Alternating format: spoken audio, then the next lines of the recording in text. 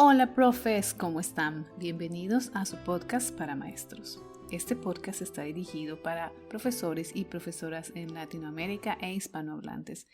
Aquí les voy a contar mi experiencia como maestra internacional. He trabajado en los Estados Unidos como maestra, también en China actualmente, y quiero contarles cómo ha sido esa experiencia, cuál es el papeleo, cómo lo logré, etc. Espero les sea de mucha ayuda. Empecemos.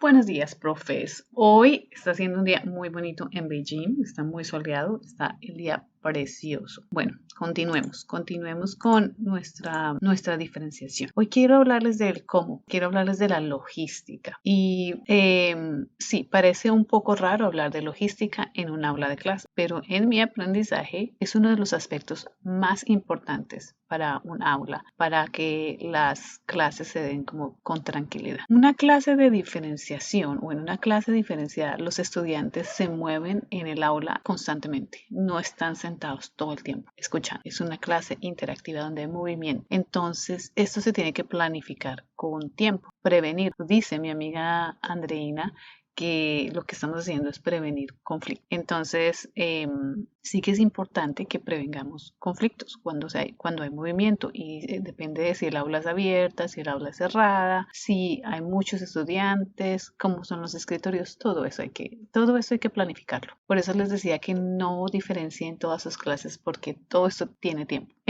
Como les decía, la diferenciación no es una clase magistral donde solo una persona habla y los demás escuchan. Tampoco es una clase donde se da la misma instrucción a todos los estudiantes al mismo tiempo y ellos trabajan en grupo, es decir, todos los estudiantes trabajando en lo mismo. Tampoco es así. Es una clase donde el maestro ha dado diferentes instrucciones, tareas, libros de trabajo y materiales a los grupos de estudiantes. Y cada estudiante está comprometido y concentrado o comprometido, digamos, a veces no se concentran en hacer lo que el maestro le ha dicho. El maestro también está ocupado, entonces porque el maestro se reúne con los estudiantes en este momento. Es decir, el maestro puede guiarlos para que el estudiante para que uno de los estudiantes o varios de los estudiantes de un grupo se reúnan con él y aclaren dudas o si necesitan que se les reenseñe o se les enseñe nuevamente el concepto o habilidad que se quiere que ellos logren. Entonces, es una clase donde hay mucho movimiento, donde todo el mundo está haciendo algo, pero no están haciendo todos al mismo tiempo lo mismo. Entonces, por eso es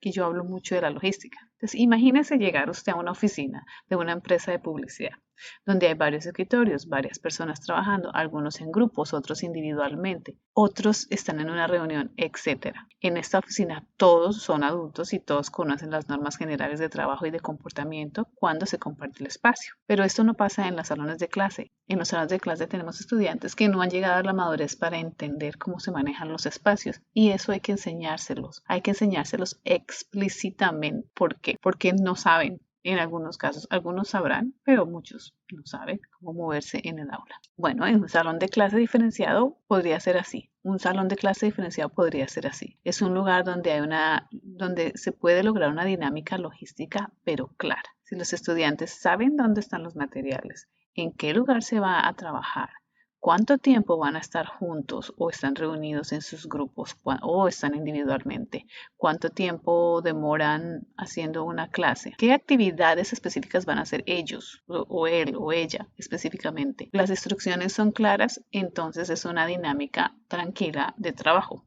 donde el tiempo se va volando y se los digo, a mí el tiempo se me va volando cuando estoy enseñando de esta manera. Entonces, en un salón de clase diferenciado, la flexibilidad es importante, pero también tiene que ser predecible y ahí es donde entra la logística. Pero la predictibilidad está en el espacio, en las rutinas, en las expectativas. El cambiar constantemente las reglas del juego sin avisar o llevar una actividad súper atractiva sin preparar a los estudiantes para el cambio genera ansiedad y por ende problemas de comportamiento. No es sentido común, los estudiantes son estudiantes, su cerebro se está desarrollando y a uno dirá, ay, yo traigo esta actividad súper divertida para que todos trabajemos, no sé qué.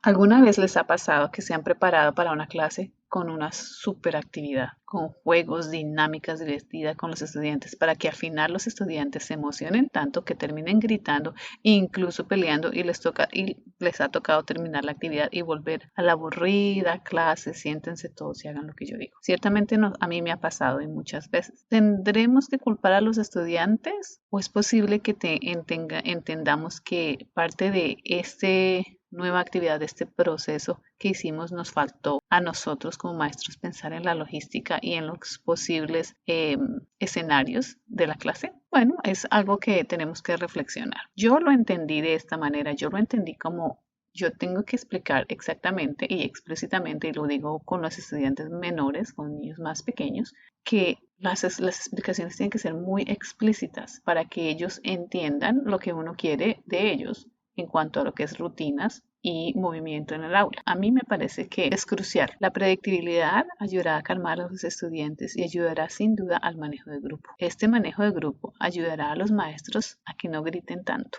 y a los estudiantes a estar más tranquilos. Tenga en cuenta que la diferenciación es conveniente en menos de 30 estudiantes. Cuando son 40 estudiantes, habrá otras estrategias que les voy a compartir, pero eso es mucho más difícil. Entonces, cuando decidan diferenciar, traten de mirar si tienen una clase o diferencien la clase más pequeña en número. Entonces, subir la voz, gritar, va a hacer que los estudiantes sean un poco más ansiosos, se asustan. Para algunos maestros les funcionará porque los estudiantes van a estar asustados, pero a otros no les funciona, con otros estudiantes no funciona porque estos estudiantes reaccionarán a pelear o a salir corriendo. Entonces, siempre que hay que tener cuidado con el tono de voz. Entonces, volvamos a la combinación de esto. En esta parte, yo personalmente hablo mucho de lo que he aprendido de neurociencia y cómo el cerebro de una persona puede reaccionar. Yo uso la respiración como medio para calmar el cerebro, pero yo trabajo con estudiantes pequeños, recuerden eso. Mis estudiantes están constantemente emocionados cuando empiezan a moverse, empiezan a subir la voz, entonces empiezan a moverse en grupos, empiezan a gritarse entre ellos.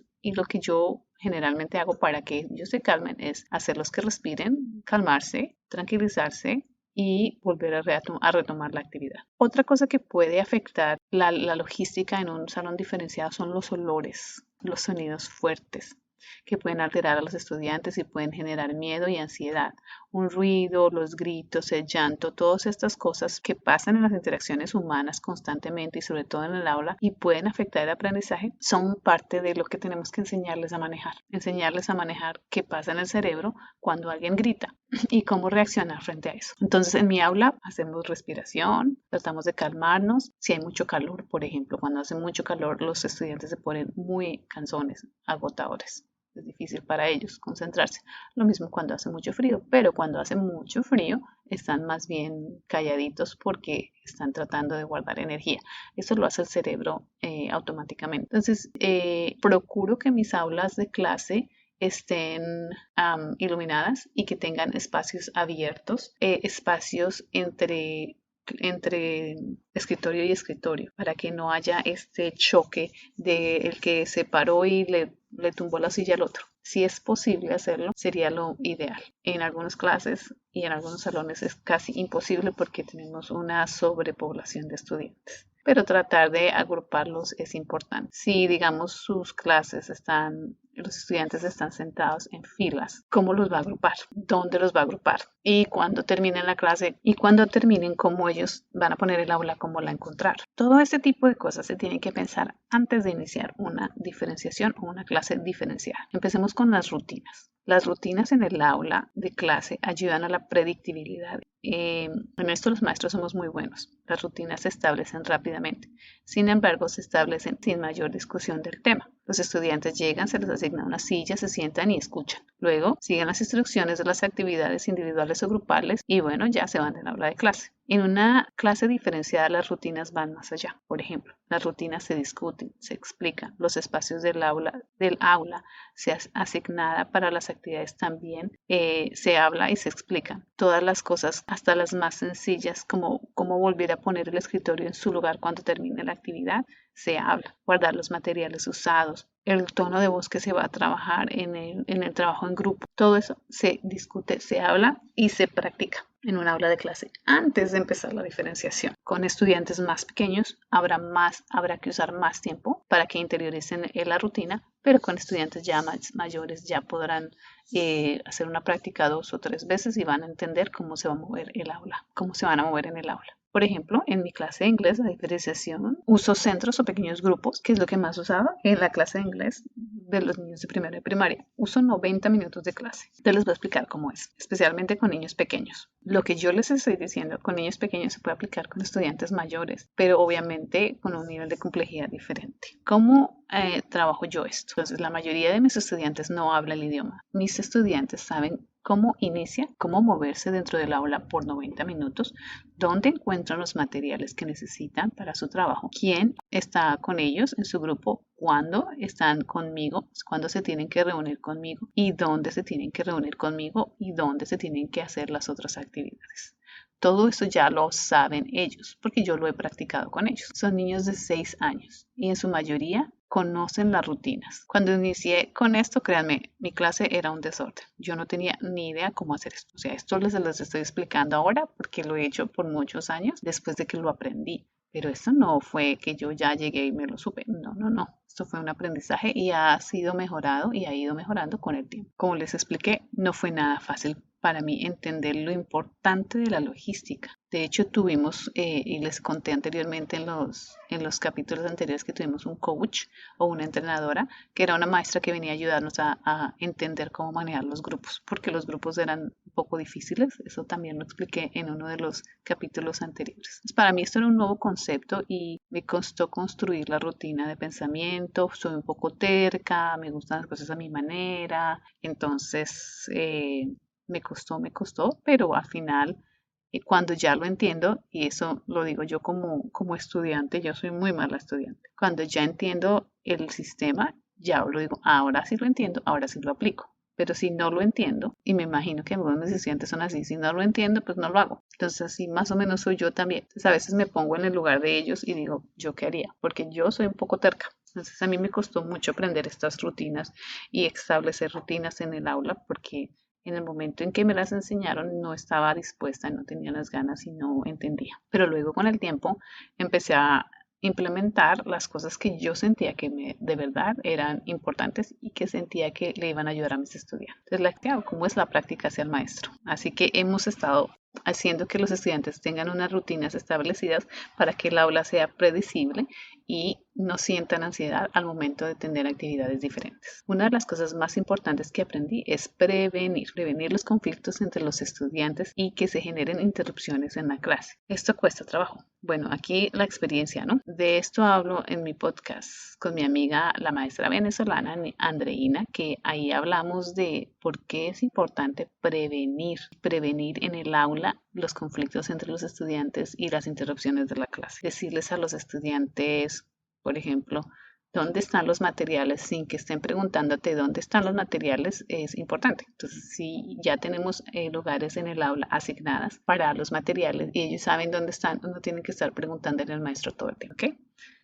Prevenir peleas, prevenir interrupciones. O sea, si yo sé que hay estudiantes que están en un conflicto, pues difícilmente los voy a agrupar para que no estén peleando. O cuando estén trabajando, cuando necesiten trabajar juntos, yo estoy presente o están en un grupo conmigo y yo puedo estar ahí observando la interacción entre ellos. Eso es importante. Toda la idea de la logística en un aula diferenciada y en todas las aulas, así no sean diferenciadas, es prevenir conflictos e interrupciones. ¿Esto cómo se hace? Con rutinas, enseñando unas rutinas específicas que los estudiantes deben seguir. Una de las rutinas que hago en mi clase cuando los estudiantes llegan es tener un lugar base. En clases de niños pequeños, tener un lugar base es importante.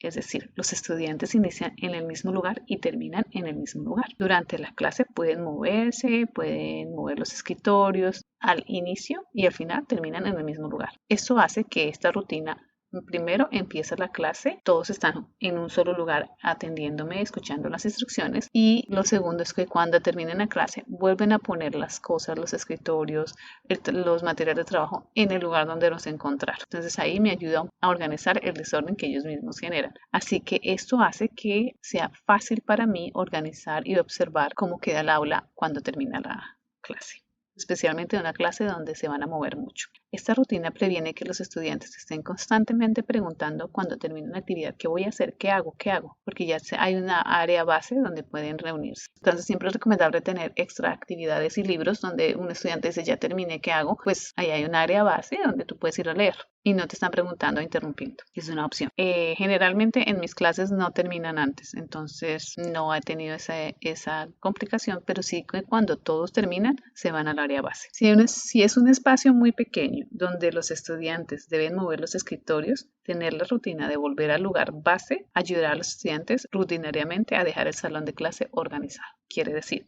que tu salón de clase no tiene un área base, no es tan grande, entonces el área base o su base es el lugar donde encontró el escritorio. En la fila, sea que encontró su escritorio, ahí lo tiene que dejar. Cuando se reúnen en grupo, hacen la actividad y su área base o su rutina es volver a dejar el escritorio donde lo encontraron. En la ciencia del comportamiento se habla mucho de la formación de hábitos y cómo estos ayudan a los seres humanos a ser más eficientes y a poder concentrarse realmente en lo importante. Este concepto está también aplicado en el aula, con las rutinas y con los hábitos que se generan en el aula. Si las rutinas están establecidas y se repiten constantemente de la misma manera, entonces los estudiantes y el profesorado pueden dedicarse a lo importante, que es la enseñanza y el aprendizaje. Si el estudiante sabe dónde están los lápices, dónde mover su silla para la actividad, dónde se reúne su grupo, si el estudiante sabe dónde están los espacios del salón o en el aula y para qué están dedicados esos espacios, entonces la actividad será más amena y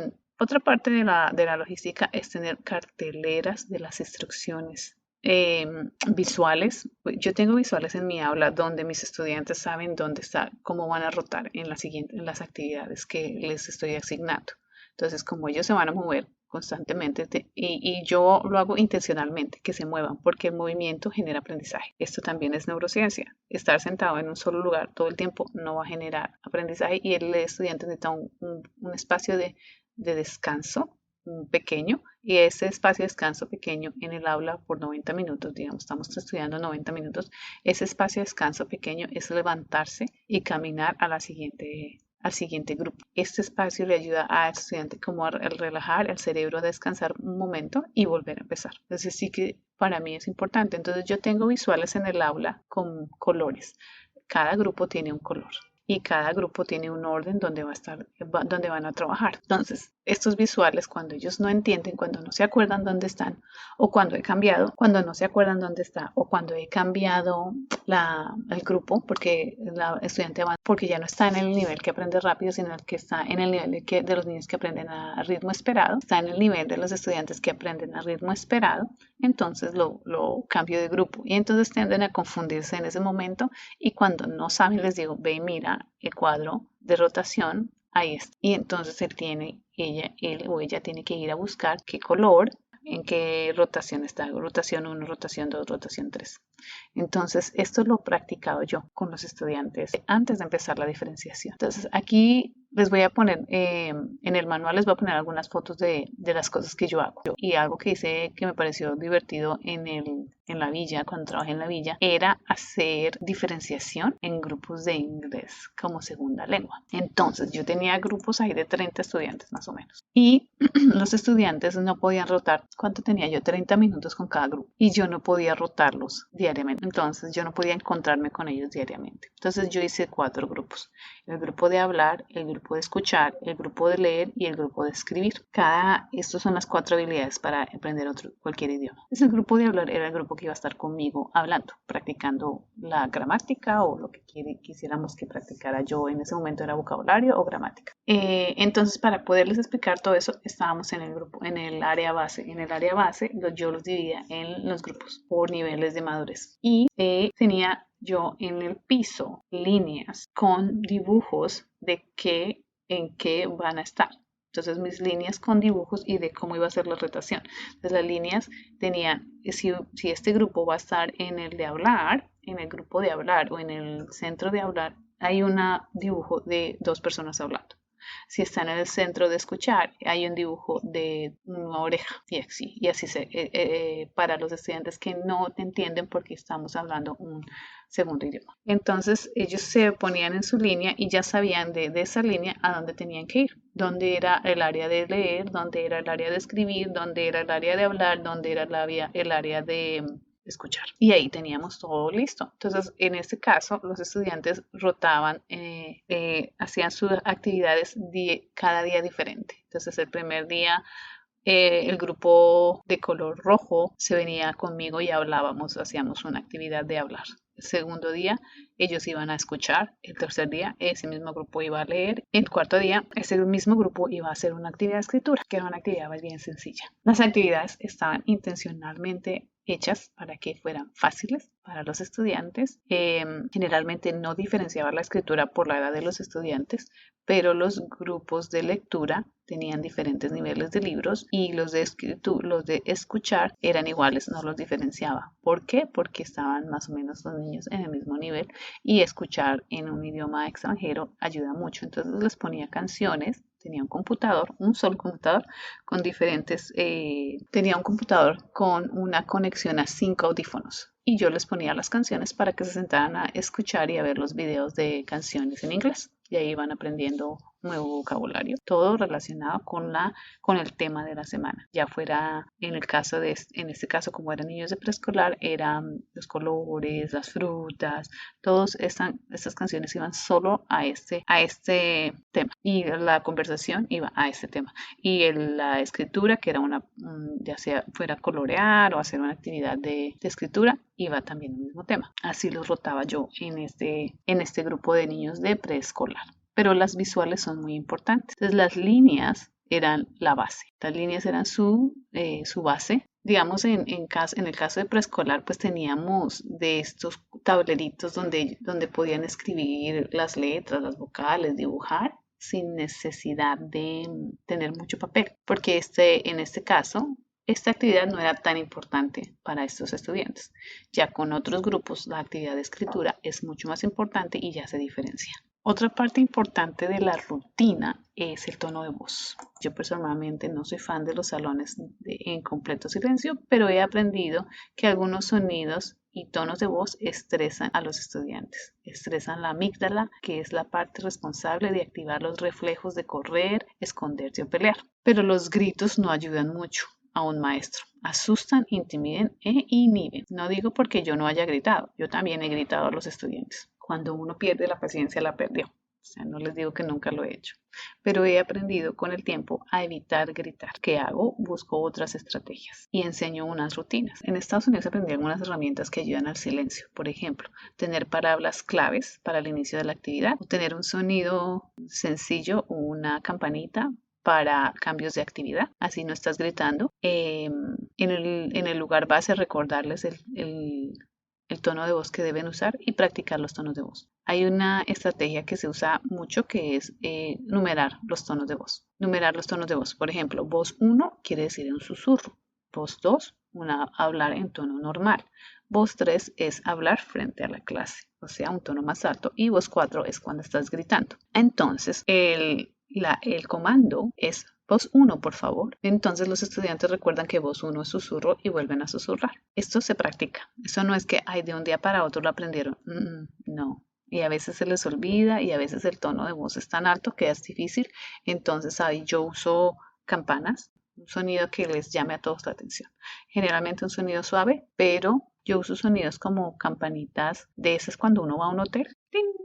Ese tipo de sonidos que son suaves pero que atrapan la atención. Entonces los estudiantes antes de todo esto han practicado qué es un tono de voz. En el caso de los niños de preescolar uno practica. Por eso les hablaba yo de las explicaciones explícitas. Explícitas quiere decir ¿qué es un tono de voz de susurro? Así. Y yo les hago que practiquen en susurro y les digo que hablen entre ellos en susurro y así. Y hasta de gritar también les hago gritar para que entiendan e interioricen qué significa susurrar, qué significa gritar. Y así efectivamente vamos practicando y vamos practicando y vamos practicando para que logren el tono de voz que yo espero. A veces es complejo porque yo soy la que estoy hablando un poco más duro y ellos tratan de imitarme. Entonces, en eso todavía estoy en mejora, estoy en proceso de mejora porque todavía mis salones son un poco ruidosos. Mis clases son un poco ruidosas cuando están en la diferenciación. Pero bueno, también depende de la cultura. Digamos, en China los estudiantes, la gente habla duro, así no se estén gritando, pero se hablan duro. Y es normal. Y como es normal, pues cuando el salón está ruidoso, pues para ellos es como normal, no se sienten tan agobiados. También en Latinoamérica hablamos duro, pero cuando estábamos en Estados Unidos el tono de voz tiene que ser muy bajo y ya cambia uno. La cultura también afecta a este tipo de rutinas. Hay otro método que es unos globos que uno pone en internet, uno pone en internet globos de silencio o globos de medición de ruido, una cosa así. Y uno los proyecta, cuando tienes proyector, los proyecta y los estudiantes están viendo qué tan ruidosos son. Pero a mí me parecía que como les gustaba que el globo saltara, entonces gritaban más. Entonces dejé esa estrategia por eso, porque gritaban más. Esas son una de las cosas que me parecieron divertidas, pero uno trata diferentes estrategias para mejorar los tonos de voz en una aula diferenciada. Las normas de clase. Todos los maestros damos mucha importancia a ciertas normas más que otras. En mi caso, por ejemplo, las filas no son importantes, pero eso soy yo. Yo no pienso que una fila enseñe nada, pero otros maestros sí. Y yo siento que si los estudiantes caminan calladitos por el hall, sin necesidad de hacer filas, estarían bien. O sea, caminando por el lado derecho, sin que la fila sea una fila india o fila militar. A mí no me gustan las filas, pero todos los lugares donde he trabajado me toca enseñarles a los niños a hacer fila. Es una cosa, no sé por qué, pero la gente, los colegios aman las filas. Muchos colegios aman las filas. Hay maestros que sí les gusta la fila y enseñan mucho la fila y le dan mucha importancia a hacer una fila. Yo no lo hago, pero sé que es un requisito en la escuela, entonces sí les enseño. Y ahí ya hay un conflicto entre mis filas de mis estudiantes, que no son filas perfectas, y las filas de otros maestros o maestras que tienen filas muy perfectas. Yo siento que la fila no quita ni da. Lo único que sí creo que sí se debería enseñar es respetar el turno, pero no sé, hay otras maneras de respetar turnos. Esa es mi opinión, ¿no? Volviendo a las expectativas y a las normas de clase en los colegios internacionales, se habla mucho de los acuerdos y los acuerdos que hacemos con los estudiantes y cómo cada uno que estudiante habla de cuáles son los acuerdos para que la clase funcione bien. Estos acuerdos sobre todo los discutimos, los hablamos, les damos significado y en mi clase, por ejemplo, en la última clase, los acuerdos eran ser respetuoso, ser amable y ser precavido. En ser respetuoso hablamos de lo que significa ser respetuoso con los estudiantes, con los maestros, con las cosas, con las personas. Ser amable, pues con actitudes, con palabras, con acciones, con cómo tratas a los demás. Y ser precavido se refiere al manejo de las tijeras, al manejo de los objetos, a evitar accidentes, a ver si hay algo que puede generar un daño, pues avisarle a la maestra, ese tipo de cosas. Esos eran mis acuerdos. Entonces sí que hablo mucho de los acuerdos. Nótese que yo no, en mis acuerdos no digo no gritar. No está esa palabra de no gritar, porque está dentro del respetuoso, un tono de voz respetuoso. Entonces es como poner las cosas en más positivo, como en el no. Ah, bueno, porque hace poco me enteré que el cerebro no entiende la palabra no. El cerebro como que no procesa el no. Entonces voy a buscar el artículo, que cuando uno dice no gritar es como decir gritar. Pero eso lo hemos visto los maestros, que uno les dice, no hagan esto y mal lo hacen. Entonces, tratar de poner las normas, tratar de poner las normas en positivo y reforzarlas constantemente, ¿ok? La recomendación de la mayoría de escuelas es no tener más de 5 normas o 5 acuerdos. ¿Por qué? Porque pues, se va a la memoria en tanto acuerdo. 50 acuerdos, ¿quién se acuerda? Entonces, hablar con los estudiantes, incluirlos, hablar de las instrucciones, de las expectativas, de lo que hablamos al principio de la diferenciación y es discutir qué significa una clase amena, discutir qué significa ser respetuoso, etcétera, etcétera. Otra cosa que es importante, ya lo había mencionado antes, se llama los pequeños descansos. porque hace poco leí un artículo sobre cómo el cerebro aprende y lo importante que son los pequeños descansos para que el cerebro haga las conexiones necesarias para el aprendizaje. Ayudaría mucho tener mini descansos. Esto lo aplico en mi logística de habla. Cuando los estudiantes cambian de grupo o de actividad, tienen un pequeño descanso. Es un descanso que les ayuda a empezar a hacer esas conexiones. Recuerden que el movimiento es muy importante. Esto lo encontré en Edutopia, que tiene muchos artículos sobre educación. Este artículo también habla que los descansos deben ser activos, como un pequeño ejercicio de movimiento para activar la circulación. También pueden practicar algo de yoga en sus aulas, algo muy sencillo, y ayuda mucho a que el movimiento genere como una interrupción de lo que estás aprendiendo, descansas un poco, haces algún movimiento y el cerebro empieza a hacer conexiones. Siento que la neurociencia y la educación sí tienen que llevar de la mano, ya es hora de que conversemos. Las instrucciones tienen que ser claras, simplificar y poner las instrucciones en pasos pequeños para que el trabajo y la guía sea más sencilla para los estudiantes. En el caso de estudiantes de pequeños, pero yo siento que a veces los maestros damos las instrucciones y no son claras, o por lo menos no para los estudiantes. Algo que constantemente les recuerdo a mis estudiantes y que les explico es que el cerebro reacciona a ciertas emociones. Ya lo había mencionado antes, un ruido genera ansiedad, entonces les pido que bajen el tono de voz. Les digo que respiren, que sientan su corazón, cómo está su corazón, está acelerado, está lento, qué están sintiendo. Cuando entienden lo que su cuerpo les está diciendo, pueden empezar a calmar el cerebro y retomar la actividad que estamos haciendo. Esto lo hago con estudiantes de primero de primaria, de preescolar. No sé cómo lo hacen los adolescentes, yo creo que funcionaría también con ellos, aunque tocas primero convencerlos. Otra cosa que hago es el manejo del tiempo. En un aula diferenciada, el manejo del tiempo es un poco complejo porque en el caso de los centros, los estudiantes rotan en diferentes estaciones y en las diferentes estaciones tienen diferentes actividades. Entonces yo generalmente le dedicaba mucho tiempo a un solo grupo, que era el grupo que necesitaba más atención, y se me olvidaban los otros. Entonces decidí comprar un cronómetro. Entonces lo que hice fue que compré uno de esos que uno pone en la cocina para cocinar y que se pegan a la nevera y lo pongo el tiempo que voy a estar con cada grupo. Entonces, en mi caso, más o menos de 15 a 20 minutos con cada grupo. Entonces, cuando ellos escuchan el timbre de que se acabó el tiempo, tienen que limpiar, recoger, no importa si terminaron la actividad. Tienen que limpiar, recoger y moverse al siguiente centro de actividad. Cuando se mueven al siguiente centro de actividad, vuelvo y pongo el tiempo para el siguiente grupo que se va a reunir conmigo. Mi objetivo es reunirme con cada grupo para hacer la instrucción que necesita cada grupo, de acuerdo con su nivel de madurez y lectura. En el caso mío, yo hago centros de lectura. He visto en internet que hay muchos maestros que ya no están haciendo centros, que ya no les gusta.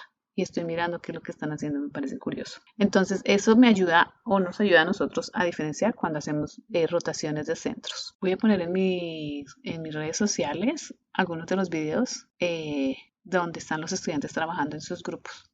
Voy a ver si puedo hacer uno de rotación también para que vean cómo rotan y cómo se mueven y cómo me reúno yo con cada grupo. Vamos a ver, pero obviamente por privacidad no voy a poner las caritas de los estudiantes porque pues es algo muy importante respetar la privacidad de los estudiantes. Antes de diferenciar, quiero que se hagan estas preguntas que son de logística, son pura logística. Primera pregunta, ¿cómo se moverán los estudiantes en el aula? Si moverán las sillas o si solo irán a un lugar asignado. 2. ¿Podría haber algún conflicto o pelea durante el movimiento? ¿Y cómo lo puedo evitar? 3. ¿Cuánto tiempo estarán los estudiantes trabajando en grupos o individualmente? 4. ¿Podrá la actividad generar preguntas como interrupciones, diría yo? ¿Cuáles serán los procedimientos que deben seguir los estudiantes para poner las preguntas o para que les respondan las preguntas sin interrumpir la clase? Por ejemplo, tener una caja donde si el estudiante no entendió una actividad, puede continuar con lo que sigue, pero hacer una pregunta, ponerla en la caja y al final de la clase el maestro puede tomar las preguntas y decir, bueno, tal persona preguntó esto, hablar con ellos directamente, crear un sistema para que los estudiantes no interrumpan la clase, pero sí puedan ser atendidos. Tengo los materiales necesarios para cada grupo. Tengo las suficientes copias, tarjetas, libros, cuadernos. Todo eso es importante. ¿Saben los estudiantes dónde encontrar los materiales? Por ejemplo, el lápiz. Generalmente nadie tiene lápiz. Los estudiantes no tengo lápiz. Entonces, asignar un lugar donde siempre van a estar los lápices y donde se deben poner de vuelta, tener eso ya solucionado, no va a interrumpir la clase. Es impresionante que uno esté explicando una clase, haciendo una actividad y los estudiantes no tengo lápiz. Yo recomiendo tener un lugar donde ese tipo de cosas ya estén solucionadas. Ahí están los lápices. Busque ahí, yo sé que hay maestros que van a necesitar donaciones porque los estudiantes desaparecen los lápices y los borradores. Entonces, tener ese espacio donde todos los materiales están ahí y ellos saben dónde están. Están los criterios de excelencia o demostración de aprendizaje expuestos en el aula y están los espacios rotulados en el caso de salones grandes que maravillosamente he tenido la oportunidad de trabajar. Tengo el salón el área de lectura, que es una biblioteca muy pequeña. Tengo una área de escritura, que generalmente son los escritorios de los estudiantes, y tengo un área de encontrarse con la maestra que se reúnen conmigo en las actividades que necesitamos trabajar. En el caso mío, no rotulo todo. Cuando estábamos haciendo la diferenciación de inglés en preescolar, sí rotulaba todo. En el manual les voy a poner fotos. Si pueden bajar el manual en Amazon, van a ver las fotos de la rotulación de cada una de los espacios. Entonces, tómese su tiempo para visualizar cómo se van a mover los estudiantes en la clase, se van a mover. Todas esas preguntas se las hace, se sienta y empieza a planificar. Antes de planificar contenido, actividades y eso, planifique la logística de su aula. Ya cuando tiene lo de logística lista, empieza con el contenido. Este es el contenido. ¿Cómo lo simplifico? ¿Cómo les enseño a los estudiantes que aún no han llegado al nivel de madurez que necesito? ¿Cómo les enseño a los estudiantes que están en el nivel esperado y cómo les enseño a los estudiantes que al parecer están un poco más avanzados? Y ya cuando tenga estos tres cositas listas, empieza a crear los materiales. Pero antes de poner todo en práctica, practica con sus estudiantes los grupos. Les dice, estos son los grupos, estas son las actividades y qué va a hacer cada uno. Entonces, los dejo ahí. En el siguiente capítulo vamos a hablar un poco más de los pequeños grupos, cómo uso yo los pequeños grupos y vamos a dar algunas de las estrategias que he visto de otros maestros. Los pequeños grupos lo hago yo, ¿ok? Y otras técnicas de diferenciación. Oye, tenemos que cubrir muchas cosas, profes. Entonces, nos escuchamos en el siguiente capítulo. Chao.